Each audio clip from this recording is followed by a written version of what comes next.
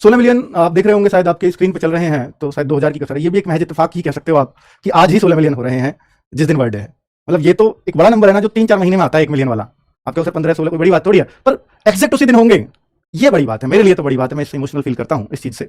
और जैसे मैंने बोला कि जन्मदिन मनाना मुझे आप लोगों ने सिखाया है। मेरे पेरेंट्स या गाँव की पृष्ठभूमि से आते हैं, वहाँ ना कभी लड़कों का जन्मदिन बनता है ना कभी लड़कियों का।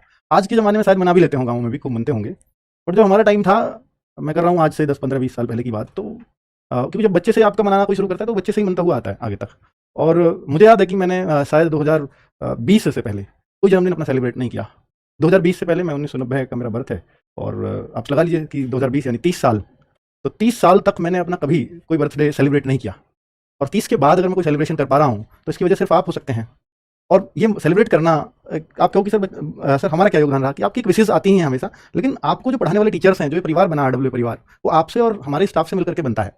तो इन स्टाफ ने मेरा बर्थडे मनाना शुरू किया था 2020 में। मुझे याद है कि पहली बार जब, क्योंकि जब तो मैं ऑनलाइन पढ़ाया करता था, अकेला पढ़ाया करता था 22 जून 2020 तक, कुछ बच्चे ही जो है केक लेकर के घर पे आ गए, आसपास के बच्चे। तो फिर मतलब लगा, मैं बड़ा झिझकता हूँ। अच्छा, मैं जिस किस्म का इंसान रहा हूँ शुरुआत से अब तक, तो मैं बहुत शर्मीला, बहुत झिझकीला, बहुत मतलब अपने आप को बहुत एक्सप्लोर करने वाला मैं कभी नहीं रहा। आप देखेंगे कि जब मैंने 2009-10 में पढ़ाना शुरू करा, एक टीचर के लिए वैसे ये ठीक बात नहीं है, टीचर को थोड़ा अपने आप को एक्सप्लोरेबल होना चाहिए, बट मैं नहीं था। और मुझे याद है 2009-10 की बात मैं कर रहा हूँ, मेरे पापा ने मुझे सीधा ये खड़ा कर दिया कि भाई जाकर के जो तुझे चीज़ें आती हैं तो रीजनिंग पढ़ा दे जाकर के बच्चों को। मुझे याद है 30-31 बच्चों की क्लास रही होगी, और जब मैं पहली बार जाकर के उस क्लास में खड़ा हुआ तो 30-31 बच्चे की तरफ, वो सब मेरे से ज़्यादा एज के थे। सोचिए ना, 2010 में मेरी उम्र क्या रही होगी, 19-20 साल, 9-10 की बात कर रहा हूँ। तो मैं एक बार भी, क्योंकि सबकी दाढ़ी मूंछ आ रही थी और मेरे तब तक थी नहीं, तो मैं एक बार भी बच्चों की तरफ नहीं घूमा, उस बोर्ड पे पढ़ा रहा था, बस पढ़ाई जा रहा था। चीज़ें मुझे जैसे आती थी, जैसे मैंने सीखी थी, मैं वैसे करता रहा। और मैं बस उस क्लास से जैसे तैसे, मुझे याद है कि शायद 40-45 मिनट की वो क्लास रही होगी, और ब्लड रिलेशन मैंने उसमें पढ़ाया था। बच्चों ने तो भले ही खड़े होकर तालियां बजाई हों, पर मुझे किसी बच्चे की शक्ल याद नहीं है कि मैंने किसकी शक्ल देखी थी पढ़ाते टाइम। मतलब उस टाइम भी याद नहीं थी, कोई अगले मिनट मुझसे पूछे तो, क्योंकि मैंने शक्ल ही किसी की नहीं देखी थी। और टीचर को कभी ऐसा हो सकता है कि बच्चों को बिना देख करके कोई पढ़ाए, बिना देखे? तो बस मैं चीज़ें बोल रहा था, वो सुन रहे थे, उन्हें समझ आ रहा था। वहाँ से कॉन्फिडेंस आया, जो उनकी तालियां थी उससे मेरे को कॉन्फिडेंस आया कि सर मैं पढ़ा सकता हूँ, है ना। तो फिर मैंने चेयर पर बैठ करके कुछ बच्चों को, 4-6 बच्चे जो है मुझसे सीखने लगे, और फिर वो सेलेक्ट हो गए सारे के सारे। दिल्ली पुलिस की बात थी वो, और चार बच्चे, चारों के चारों सेलेक्ट हुए। वहाँ से कॉन्फिडेंस आया कि यार, और उनकी जो एक्सप्रेशंस थे उसके बाद, सेलेक्ट होने के बाद, और उसके पेरेंट्स के, तब ये फिर मेरे को अलग लगी कि यार मुझे ना ये काम करना चाहिए। इसको क्यों ना थोड़ा मैं, और अगर मुझ में ये क्वालिटी है कि मैं 4 बच्चों को सेलेक्ट करा सकता हूँ, मेरी बातें इनको समझ आती हैं, तो क्यों ना मैं इसको और ज़्यादा बच्चों तक चीज़ों को पहुँचाऊँ। तो फिर मैं ऑफलाइन में जो है क्लास रेगुलर लेने लगा, और पापा पढ़ाते थे तब तक। तो फिर उन्होंने बोला कि नहीं, तुझे बच्चे पसंद कर रहे हैं, तो ही चला ले। तो 2010 से मैं फुल फ्लेज्ड मैंने ही कोचिंग सेंटर चलाया, और 2010 से 10-11 साल वो कोचिंग सेंटर ऑफलाइन मैं उसमें लगातार प्रेजेंट रहा, और मतलब लगातार उपस्थिति रही। इस दौरान नौकरी भी लगी, नौकरी भी शायद मेरी इस वजह से लगी, मैं बहुत होशियार कभी नहीं रहा क्लास में। हाँ, जरूर है कि मैं ऊपर के 4-5 बच्चों में रहता था, पर मैं कभी फर्स्ट, सेकंड, थर्ड पोजीशन तक में कभी क्लास में नहीं आया। सरकारी स्कूलों से पढ़ाई हुई है मेरी भी, तो और सरकारी स्कूलों में आप समझिए थोड़े मीडियम स्तर के बच्चे होते हैं, और उनमें भी मैं कभी फर्स्ट, सेकंड, थर्ड पोजीशन पे नहीं था।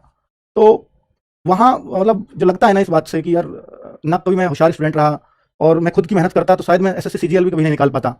मुझे लगा कि मैंने जो बच्चों को पढ़ाया, और चीज़ें जो बार-बार रिवाइज़ हुई पढ़ाने से, क्योंकि 10 में पढ़ाना शुरू किया, 9-10 में, और 12 में सीजीएल के, एसएससी सीजीएल को क्रैक करके एमई लेकर के उसमें जॉब लग गई, 14 में मैंने जॉइन किया।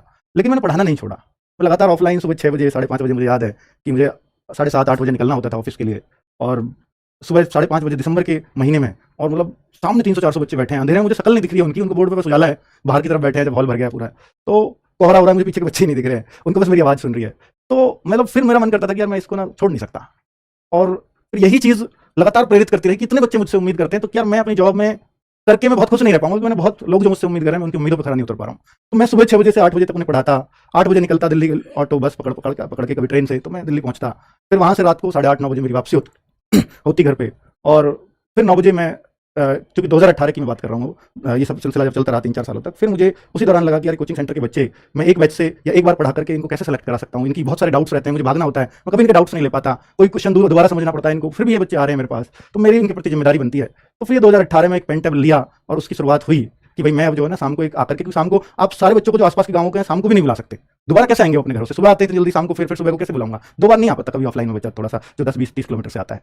तो फिर मैंने सोचा कि इनके लिए कुछ ना कुछ वीडियो बना दूं। तो ये जो वीडियो बनाने की शुरुआत हुई, ये ऑफलाइन पढ़ने वाले बच्चों के लिए हुई थी, है ना, 2018 की मैं बात कर रहा हूँ। और फिर बस मुझे कभी नहीं पता था कि यूट्यूब कभी पैसे भी देता है इस चीज़ के। जब मैंने शुरुआत करा था, मुझे एक बच्चे ने सलाह दी थी कि क्यों ना, अगर आप परेशान रहते हो, इन बच्चों के लिए कुछ एक्स्ट्रा करना चाहते हो, तो क्यों ना यूट्यूब पर वीडियो डालने लगो।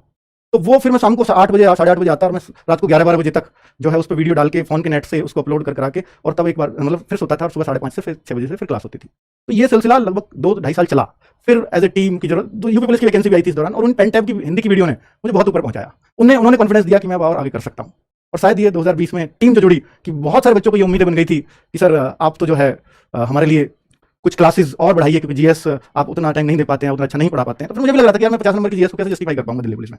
तब मेरे को लगा कि मुझे टीम बनानी चाहिए। तो 15 अगस्त 2020 को एज ए टीम ये चैनल शुरुआत हुआ, तभी एप्लीकेशन भी आई, है ना। और उस दौरान तक कुछ नहीं था, मतलब इस दौरान 2.5 साल जो मैंने पढ़ाया उस दौरान यूट्यूब से भी अगर पहले महीने के कोई पैसे आए थे, मुझे याद है आज भी 5-5.5 हज़ार रुपए थे वो। और जिस बच्चे ने बोला था कि सर शुरुआत करो यूट्यूब पर, मैंने वो पैसे उसी को दिए थे क्योंकि मुझे नहीं पता था कि पैसे भी आते हैं। उसने ही मुझे बताया था सर मोनेटाइज भी हो जाएगा चैनल। मुझे पता था कि यार यूपी पुलिस के जो है वैकेंसी आ रही हैं और मतलब उनके लिए पढ़ा रहा हूँ, तो अभी ऐड आएंगी तो मैं इनको डिस्टर्ब नहीं करना चाहता, तो अभी मत करो मोनेटाइज, उसके बाद करेंगे जब इनका एग्जाम हो जाएगा। तो ऐसे बहुत सारी चीजें रहीं।